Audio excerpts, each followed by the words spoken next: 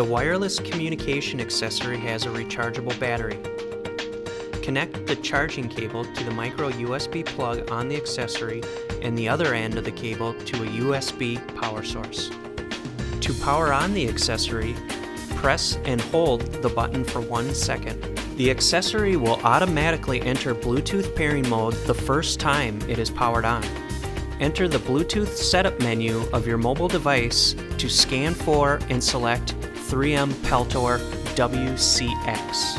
Upon power up, the accessory will automatically connect to the previously paired device.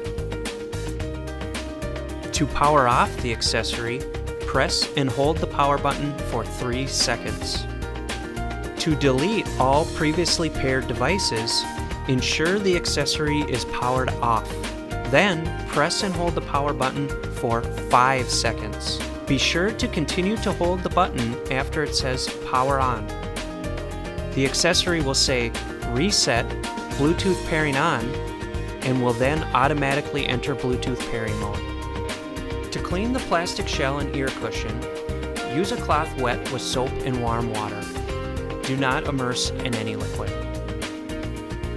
Find out more at 3m.com/Peltor X Series.